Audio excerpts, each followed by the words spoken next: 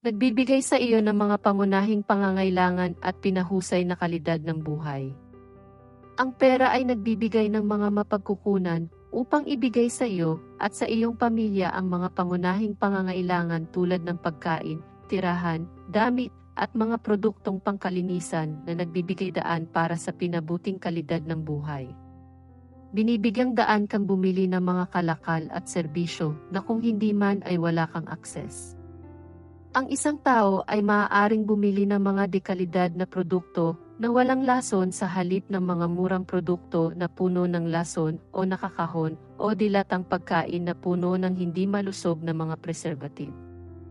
Ang pag-access sa mga bagay tulad ng pagkain, tirahan, inuming tubig, pangangalaga sa kalusugan, at edukasyon ay nangangailangan ng pera.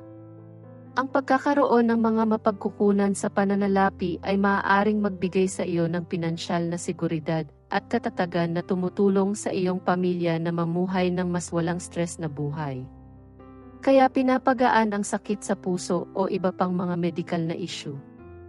Nais ng lahat na mapangalagaan ang kanilang mga pamilya at mabigyan sila ng masaya at malusog na kinabukasan.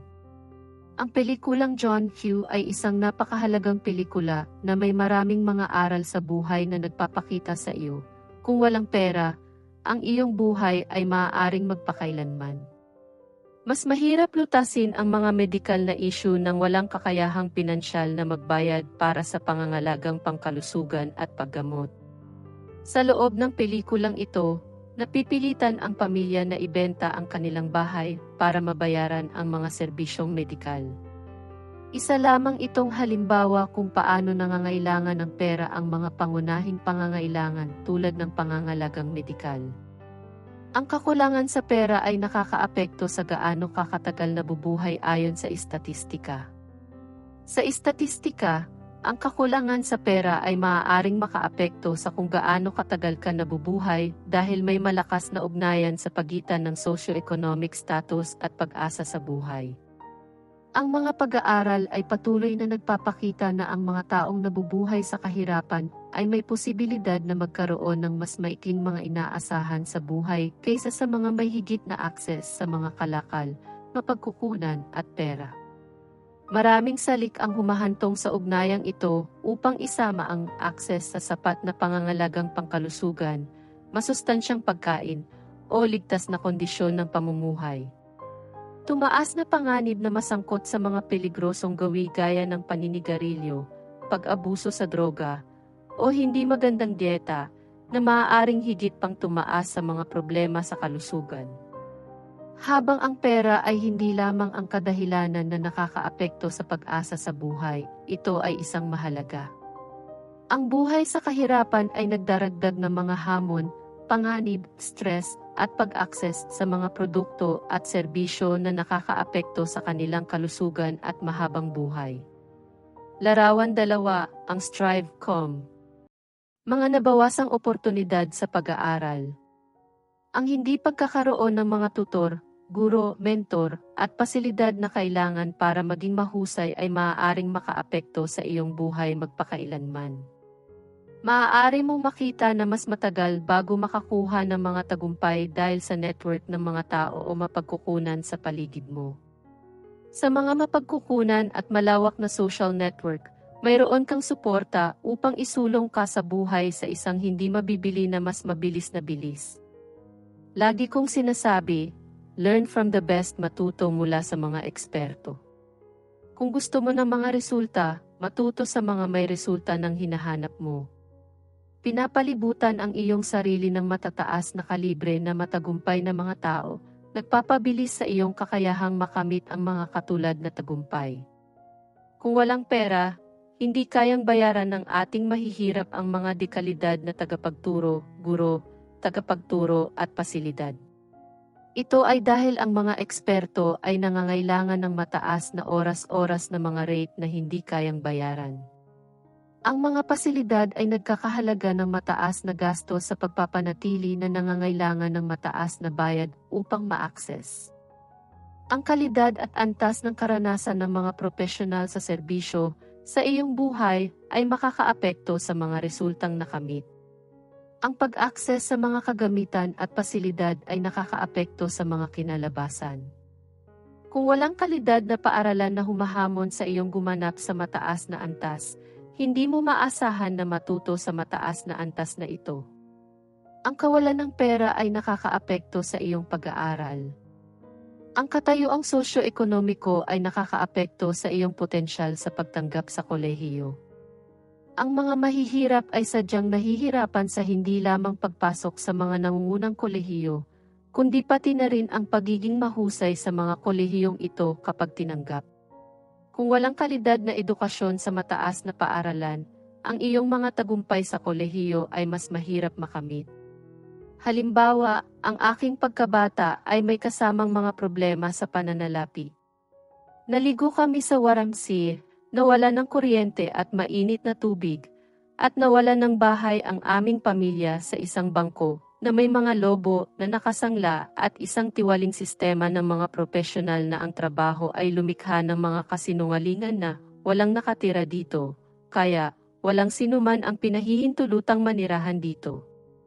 Kapag lagi natin siyang nabubuhay. Kahit papaano pinalayas nila kami sa sarili naming bahay. Hindi sigurado kung paano naging posible ang sitwasyong iyon. Ngayon, ang tahanan ng pamilya ay isang bakanting lote at isang banta sa lipunan na nagsasayang lamang ng walang ginagawa para sa sinuman sa loob ng halos isang dekada. Isang bakanting lupa lamang ngayon. Figure 5, ang aking tahanan ng bata ay wala na. Maging ang ating bagong bangketa ay sira-sira na. Ang mga sitwasyong ito sa pamumuhay at kahirapan sa pananalapi ay humantong lamang sa mga disadvantage. Palagi akong kailangang magtrabaho ng mas mahirap, magtrabaho ng mas maraming oras, at maglagay ng mas maraming pagsisikap kaysa sa iba upang makakuha ng kahusayan sa aking ginagawa. Sabi nga ng iba, mas masarap mabuhay sa mahirap na buhay. Ginagawa nitong kawili-wili ang iyong buhay. Sinasabi ko, kapag nabubuhay ka sa kahirapan, pangarap mong mabuhay sa kahit anong sitwasyon. Mas gugustuhin kong hindi makaranas ng mga paghihirap. Nakakainis ang kahirapan. Ang buhay ay hindi tungkol sa mga hamon. Dapat ay tungkol sa mga tagumpay. Tungkol sa paglago. Tungkol sa kung paano mo tinutulungan ang mundo sa paligid mo na maging isang mas magandang lugar. Pamilyang mababa ang kita. Ang pag-access sa mga mapagkukunan tulad ng mga textbook, computer, telepono, iPad, tablet, cable, o internet ay nakakaapekto sa mga pagkakataong pang-edukasyon at potensyal na pang-akademiko para sa tagumpay. Sa limitadong mga mapagkukunan, ang mga mag-aaral na mababa ang kita ay nasa mas mataas na panganib na huminto sa pag-aaral, magkaroon ng mas mababang akademikong tagumpay at mahirap na ma-access ang mas mataas na edukasyon o mga trabahong may malaking sweldo sa hinaharap. Ito ang dahilan kung bakit mahalaga ang mga programa at inisyatiba na naglalayong mapabuti ang mga pagkakataong pang-edukasyon para sa mga mag-aaral na mababa ang kita. Binabawasan nila ang mga disadvantages at nagbibigay ng mga pagkakataon at suporta sa mga individual na parehong karapat-dapat at may kakayahang maging mahusay kapag binigyan ng tamang suporta. Pinababang access sa mga athletic coaches, mga pasilidad, mga pagsasanay sa palakasan, at mga oportunidad sa fitness. Ang kawalan ng pera ay nakakaapekto sa iyong kakayahang lumahok at potensyal na maging mahusay sa mga aktibidad sa sports o fitness. Lalo na dahil ang mga mamahaling kagamitan, membership sa G1, bayad sa tournament, bayad sa liga, gasto sa pagsasanay sa fitness, at mga gasto sa coaching staff ay hindi kayang bayaran ng mga taong nahihirapan sa pananalapi. Halimbawa, ang pagsali sa soccer ay nangangailangan ng mga pang-atleta na sapatos, damit, bola, at iba pang gamit para lang makasali. Ang isang mananayaw ay kailangang magbayad ng matataas na gastos upang magsagawa ng mga klase sa lokal na pasilidad ng sayaw o paaralan. Ang mga aktibidad sa fitness tulad ng weightlifting o cardio workout ay nangangailangan ng access, sa isang URM o fitness center na mahal at maaaring wala sa loob ng mga mahihirap na komunidad. Ang mga pasilidad ay nangangailangan ng pagpapanatili. May dahilan kung bakit ang mga mahihirap na komunidad ay disadvantaged. Ang lokal na pamahalaan ay hindi maaaring mapanatili ang mga gastos sa mga istruktura ng pagpapanatili o magtayo ng mga bagong pasilidad sa pagtatayo. Maaaring hindi gusto ng ilan ang halimbawang ito, ngunit ang New Orleans UC ay nakipaglaban sa loob ng maraming taon upang mapanatili ang mga urban na lugar. Ang pera ay nakadirekta sa pagpapagaan ng pagtaas ng lebel ng dagat mula sa pagbabago ng klima, habang ang krimen at kahirapan ay laganap na lumalawak sa matataas na lugar ng turista ng magagandang makasaysayang gusali na unti-unting nawawala. Maraming tao ang nahihirapan sa mababang kita, kawalan ng trabaho, at mataas na gastos dito. Ang mga lokal na pamahalaan ay pare-parehong nalulula at hindi kayang suportahan ang mga tao nang walang federal na pambansang pagpupundo. Nagbubunga ito ng isa pang makamundong konsepto. Dapat bang ilipat ang New Orleans? Tulad ng kabisera ng Maynila, dapat ba tayong lumipat at isaalang-alang ang lahat ng nawawalang dahilan? Paano natin aayusin ang mga isyung ito na sistematikong hindi lamang nakakaapekto sa mga tao, ngunit nakakaapekto rin sa mga lungsod at bansa? Para sa karagdagang impormasyon, panoorin ang sumusunod sa YouTube o Nebula.com. Mga sanggunian. Real Life Lore, WHY New Orleans, Geography Sucks, SEB America's Worst Placed City. Real Life Lore, bakit ang maliit na isla na ito ay mas maraming tao kaysa Russia? Ang isa ay kung paano pinaplano ng mga opisyal ng pamahalaang Philippine na ilipat ang kanilang kabisera ng kanilang mga bansa dahil sa hindi katimbang na kahirapan na mahirap labanan batay sa mga gastos ng mga natural na sakuna sa loob ng kanilang heograpikong lokasyon. Ang mga isyong nakapalibot sa pagtaas ng lebel ng dagat at pagbabago ng klima para sa parehong lungsod.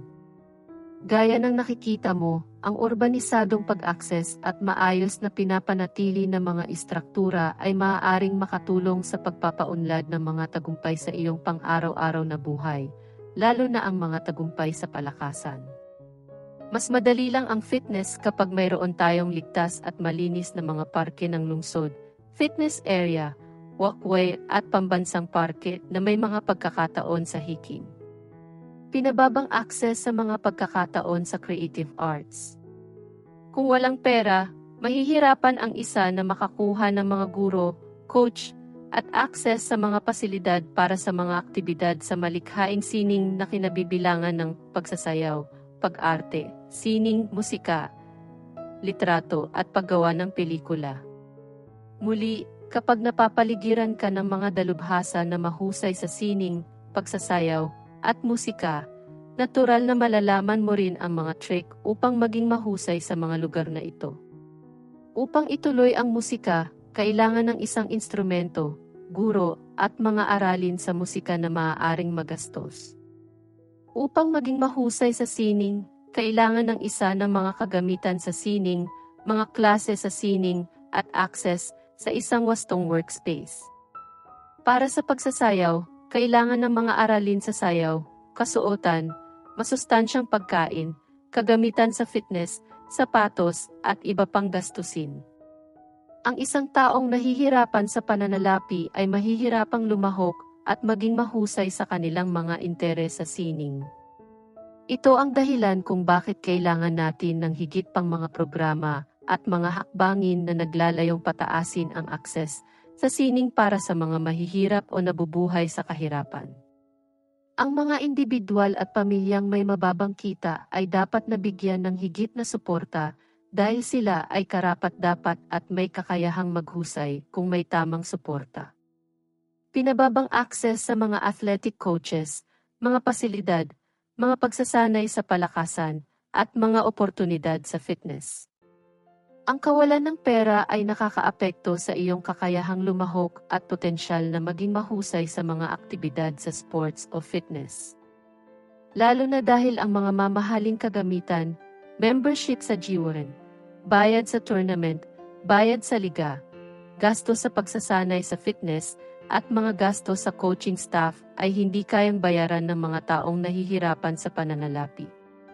Halimbawa, ang pagsali sa soccer ay nangangailangan ng mga pang-atleta na sapatos, damit, bola, at iba pang gamit para lang makasali.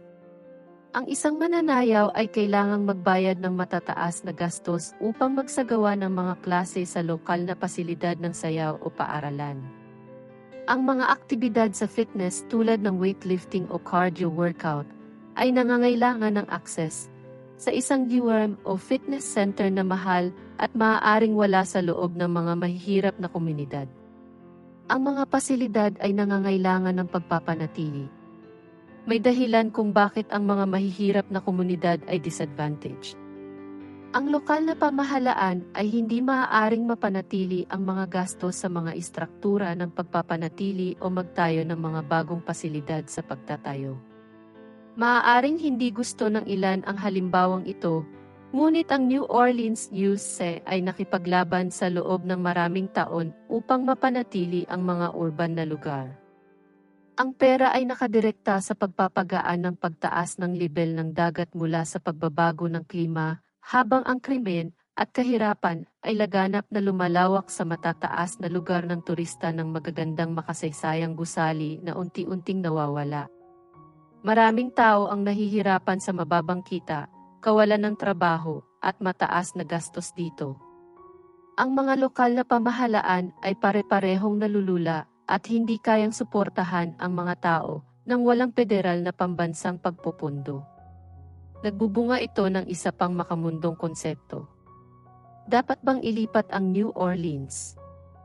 Tulad ng kabisera ng Maynila, dapat ba tayong lumipat at isaalang-alang ang lahat ng nawawalang dahilan? Paano natin aayusin ang mga isyung ito na sistematikong hindi lamang nakakaapekto sa mga tao, ngunit nakakaapekto rin sa mga lungsod at bansa? Para sa karagdagang impormasyon, panoorin ang sumusunod sa YouTube o nebula.com. Mga sanggunian. Real Life Lore, WHY New Orleans, Geography Sucks, SEB America's Worst Placed City. Real Life Lore, bakit ang maliit na isla na ito ay mas maraming tao kaysa Russia? Ang isa ay kung paano pinaplano ng mga opisyal ng pamahalaang Philippine na ilipat ang kanilang kabisera ng kanilang mga bansa dahil sa hindi katimbang na kahirapan na mahirap labanan batay sa mga gastos ng mga natural na sakuna sa loob ng kanilang heograpikong lokasyon. Ang mga isyong nakapalibot sa pagtaas ng lebel ng dagat at pagbabago ng klima para sa parehong lungsod. Gaya ng nakikita mo, ang urbanisadong pag-akses at maayos na pinapanatili ng mga istruktura ay maaaring makatulong sa pagpapaunlad ng mga tagumpay sa iyong pang-araw-araw na buhay, lalo na ang mga tagumpay sa palakasan. Mas madali lang ang fitness kapag mayroon tayong ligtas at malinis na mga parke ng lungsod, fitness area, walkway at pambansang parke na may mga pagkakataon sa hiking. Pinababang access sa mga pagkakataon sa creative arts. Kung walang pera, mahihirapan ang isa na makakuha ng mga guro, coach, at access sa mga pasilidad para sa mga aktibidad sa malikhaing sining na kinabibilangan ng pagsasayaw, pag-arte, sining, musika, litrato at paggawa ng pelikula. Muli, kapag napapaligiran ka ng mga dalubhasa na mahusay sa sining, pagsasayaw, at musika, natural na malalaman mo rin ang mga trick upang maging mahusay sa mga lugar na ito. Upang ituloy ang musika, kailangan ng isang instrumento, guro, at mga aralin sa musika na maaaring magastos. Upang maging mahusay sa sining, kailangan ng isa ng mga kagamitan sa sining, mga klase sa sining, at access sa isang wastong workspace. Para sa pagsasayaw, kailangan ng mga aralin sa sayaw, kasuotan, masustansyang pagkain, kagamitan sa fitness, sapatos, at iba pang gastusin. Ang isang taong nahihirapan sa pananalapi ay mahihirapang lumahok at maging mahusay sa kanilang mga interes sa sining. Ito ang dahilan kung bakit kailangan natin ng higit pang mga programa at mga hakbangin na naglalayong pataasin ang akses sa sining para sa mga mahihirap o nabubuhay sa kahirapan. Ang mga individual at pamilyang may mababang kita ay dapat nabigyan ng higit na suporta dahil sila ay karapat-dapat at may kakayahang maghusay kung may tamang suporta. Sabi nga ng iba, hindi hadlang ang pera sa creativity. Nagtatalo ako, ito ay isang hadlang. Ito ay isang balakid. Mahusay tayo at nakakakuha ng mga pagkakataon dahil ang ating mga aksyon ay nagsasalita para sa kanilang sarili. Maaari tayong mangarap ng lahat ng gusto natin, ngunit kung hindi natin maisasabuhay ang mga pangarap na ito, paano tayo magiging mahusay sa loob ng mga malikhaing pagkakataong ito? Oo, maaari tayong ituring na malikhain. Ngunit, paano natin ipapatupad ang pagkamalikhain na ito kung wala tayong mga paraan, pera, at mga mapagkukunan upang gawin ito? Ang pagkamalikhain ay mahusay, ngunit ang kakayahang gumanap sa loob ng mga malikhaing lugar na ito at makakuha ng masusukat na mga resulta ng tagumpay ay pinakamahalaga. Ang pagkakaroon ng isang malikhaing pag-iisip ay nagdudulot lamang sa akin ng napakalayo sa buhay. Dapat kumilos ang isa ayon sa pagkamalikhain na ito, isabuhay ito. Regular na gawin ang aktibidad na ito at magbigay ng isang bagay na may epekto sa lipunan. Ang isang tao ay hindi maaaring magsanay ng pagkamalikhain at magbigay ng mga kapaki-pakinabang na output sa lipunan sa loob ng mga larangan ng pagsasayaw, pag-arte, sining, musika, pagkuha ng litrato, at paggawa ng pelikula kung wala silang pera, mga guro, coach, at access upang maisagawa ang mga ito ng regular. Higit pa rito, paano ka magiging mahusay sa mga lugar na ito o magiging pinakamaimpluwensyahan sa lipunan kapag hindi mo kayang bayaran ang marketing at pamamahagi para sa iyong malikhaing sining? Dadalhin ka lang ng iyong pagkamalikhain ng walang pera. Nabawasan ang kakayahang maglakbay ng mahusay, streetways, at makakuha ng makamundong karanasan. Ang kawalan ng pera ay maaaring makaapekto sa iyong kakayahang maglakbay, maging streetwise, at magkaroon ng makamundong karanasan na makakatulong sa iyong maging mahusay sa buhay. Ako ay isang matatag na mananampalataya, mas marami akong ginagawa at mas marami akong nararanasan, mas kaya kong malampasan sa loob ng kahirapan, karera at buhay. Madaling makita kung paano maaaring limitahan ng kawalan ng pera ang iyong kakayahang maglakbay. Maaari kang maglakad, magbisikleta, magmaneho, sumakay ng tren, o lumipad, ngunit gaano kalayo ang maaari mong lakbayin sa mga mapagkukunan at pera na mayroon ka? Gayun din, maaari mo bang dalhin ang iyong buong pamilya o hindi ito abot kaya? Nagbibigay daan sa iyo ang paglalakbay na makakuha ng mga insight sa mga kultura, teknolohiya, at buhay ng iba. Ang kaalaman at karanasang ito ay makakatulong lamang sa iyo sa buhay. Ang paglalakbay at karanasan sa iba't ibang kultura ay maaaring palawakin ang iyong pananaw at tulungan silang bumuo ng mga kasanayan tulad ng kakayahang umangkop, komunikasyon, at paglutas ng problema. Ang pag-access sa mga makamundong karanasan sa kultura, tulad ng pagdalo sa mga konsyerto, pagbisita sa mga museo, o pagsali sa iba pang mga kaganapan ay mahirap nang walang pera. Ang mga taong nabubuhay sa kahirapan ay nahihirapang maglakbay o malantad sa iba't ibang kultura dahil sa kakulangan ng mapagkukunan, transportasyon, o iba pang mga hadlang. Ang mga tao ay maaari pa ring maging mahusay sa buhay sa pamamagitan ng pagsusumikap, edukasyon, at propesyonal na pag-unlad. Kung walang mga mapagkukunang pinansyal o akses sa mga pagkakataon sa paglalakbay, hindi ka maaaring magkaroon ng pagkakalantad sa ilang mga kasanayan, karanasan, at kadalubhasaan na nangangailangan ng mga makamundong paglalakbay.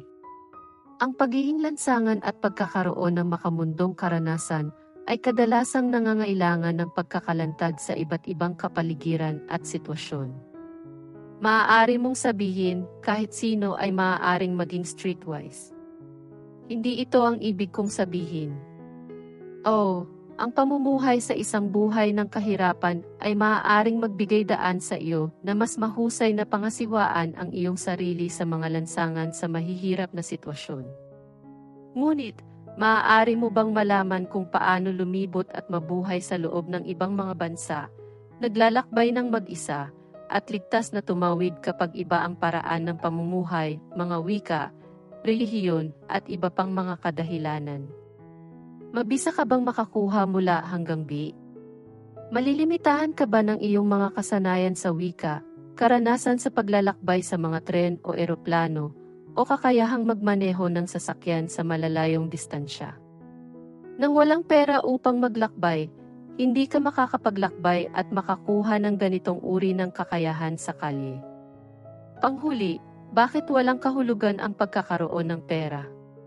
Habang ang pera o kakulangan nito ay maaaring makaapekto sa kaligayahan, katuparan, o tagumpay ng isang tao sa buhay, ang mga ito ay maaaring magkaroon ng mahalagang relasyon, maging aktibo at malikhain, profesional na bumuo ng kanilang sarili at mapanatili ang isang pakiramdam ng layunin anuman ang pera. Ang pagtutok sa pera ay maaaring magdulot ng stress at pagkabalisa, lalo na kapag nahihirapan ka o sinusubukang makaipon ng mas maraming kayamanan. Ang mga taong nag-prioritize o nahuhumaling sa pera ay maaaring makita na sila ay hindi gaanong nasisiyahan o nasiyahan kaysa sa mga nakatuon sa ibang mga bahagi ng kanilang buhay.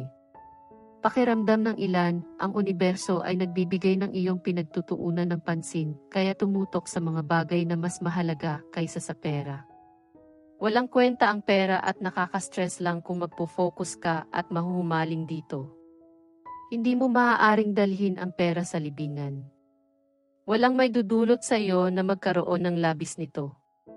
Ang buhay ay maaaring tungkol sa pagkakaroon lamang ng kaunti kaysa sa kung ano ang kinakailangan upang makuha ang mga pangunahing pangangailangan ng buhay na nakalista dito muna.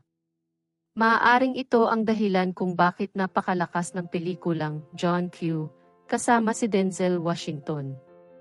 Nagbibigay ito sa atin ng pag-unawa kung bakit ang kailangan lang natin ay higit pa sa mga pangangailangan sa buhay, tulad ng pag-access sa walang lason na inuming tubig, pagkain, tirahan, damit, mga produktong pangkalinisan, pangangalaga sa kalusugan, edukasyon, at B.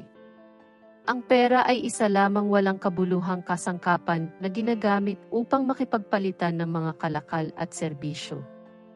Papel at barya lang. Dapat tayong gumamit ng pera upang mapabuti ang mundo sa iyong paligid. Ito ay hindi isang buhay. Ito ay hindi mabibili ng salati. Tinutukoy namin ang halaga nito.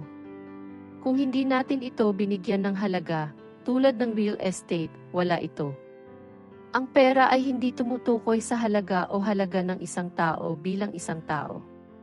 Ang pera ay isang konsepto na binuo ng lipunan na hindi likas na mahalaga. Nakabatay ang halaga nito sa paniniwalang maaari itong ipagpalit sa mga produkto at serbisyo. Ang halaga nito ay nagbabago at nag-iiba sa buong mundo. Lumilikha ang pera ng mga kawalan ng timbang sa kapangyarihan na nag-aambag sa mga hindi pagkakapantay-pantay sa lipunan. Ang tagumpay sa buong mundo ay napipinsala ng mga pagkakaibang ito. Ngunit, may limitasyon ang pera. Hindi lahat ay makapangyarihan. Hindi ito maaaring manalo sa isang digmaan laban sa kapalaran. Hindi ka nito mabibili ng upuan sa langit. Tanging ang mabubuting gawa at pagiging maimpluwensyahan sa pagbibigay ng mga positibong epekto sa lipunan ang maaaring magkaroon ng tunay na kapangyarihan. Ang kapangyarihan ay hindi positional. Ito ay maimpluwensyahan. Ang mga dakilang pinuno ay may kapangyarihan hindi dahil sa pera, ngunit dahil ang mga tao ay kusang sumunod sa kanila sa labanan. Ang mga tao ay matamang nakikinig sa bawat salita. Nagtitiwala sila. Pakiramdam nila ay pinahalagahan sila. Higit sa lahat, alam nilang ang pagsunod sa taong ito ay maglalapit lamang sa kanila sa pagkamit ng pinakamahalaga sa kanila sa buhay. Ang pera ay hindi tumutukoy sa katangian, kakayahan, karanasan, potensyal para sa tagumpay o halaga ng isang tao sa lipunan. Nakamit ng mga tao ang tagumpay at katuparan sa buhay anuman ang kanilang kayamanan. Ang ilan sa mga pinakamatagumpay na tao sa mundo ay nagmula sa simula ng walang pera. Kung maaari kang pumili ng isang buhay na wala ito at maging isang mas mabuting tao, hindi ba dapat ang karakter ng isang tao at kung paano nila ginagawang mas magandang lugar ang mundo sa kanilang paligid ang nagbibigay ng pinakamahalagang kahulugan sa buhay ng ating sarili at ng iba? Ang walang katapusang paghahangad ng pera ay may negatibong kahihinatnan. Ang mga taong inuuna ang pera higit sa lahat ay isinasakripisyo ang kanilang kalusugan, relasyon, at pangkalahatang kagalingan sa paghahangad ng kayamanan. Gaya ng sasabihin ng Dalai Lama kapag tinanong kung ano ang pinakanagulat sa kanya tungkol sa sangkatauhan. Sumagot, tao. Dahil isinakripisyo niya ang kanyang kalusugan para kumita ng pera. Pagkatapos ay nagsasakripisyo siya ng pera upang mabawi ang kanyang kalusugan. At pagkatapos ay labis siyang nababalisa tungkol sa hinaharap na hindi niya tinatamasa ang kasalukuyan. Ang resulta ay hindi siya nabubuhay sa kasalukuyan o sa hinaharap, nabubuhay siya na para bang hindi na siya mamamatay at pagkatapos ay namatay na hindi na nabubuhay. Ang pagkakaroon ng maimpluwensyang relasyon sa iba at pagbibigay ng positibong epekto sa pagbabago ng buhay sa buhay ng iba ang siyang nagbibigay ng kahulugan sa ating buhay. Hindi ito tungkol sa kung ano ang mayroon tayo, kung ano ang ating isinusuot, o kung saan tayo naglalakbay. Tulad ng paliwanag ni Gandalf at Frodo, sana hindi na lang ito nangyari sa aking panahon, sabi ni Frodo. Gayon din ako, sabi ni Gandalf, at gayon din ang lahat ng nabubuhay upang makita ang gayong mga oras. Ngunit hindi iyon para sa kanila ang magpasya. Ang kailangan lang nating magpasya ay kung ano ang gagawin sa oras na ibinigay sa atin. J.R.R. Tolkien, The Fellowship of the Ring. Nilinaw ko, hindi tayo ang magdedesisyon kung anong kahirapan o sitwasyon ang ibibigay sa atin.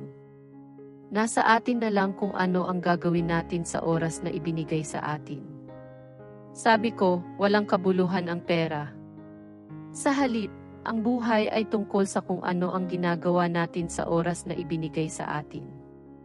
Nilinaw ko, hindi tayo ang magdedesisyon kung anong kahirapan o sitwasyon ang ibibigay sa atin. Nasa atin na lang kung ano ang gagawin natin sa oras na ibinigay sa atin. Sabi ko, walang kwenta ang pera. Sa halip, ang buhay ay tungkol sa kung ano ang ginagawa natin sa oras na ibinigay sa atin. Tiyaking mag-subscribe at mag-click sa larawan upang manood ng higit pang mga video na ginawa para lamang sa iyo sa mga album na ibinigay.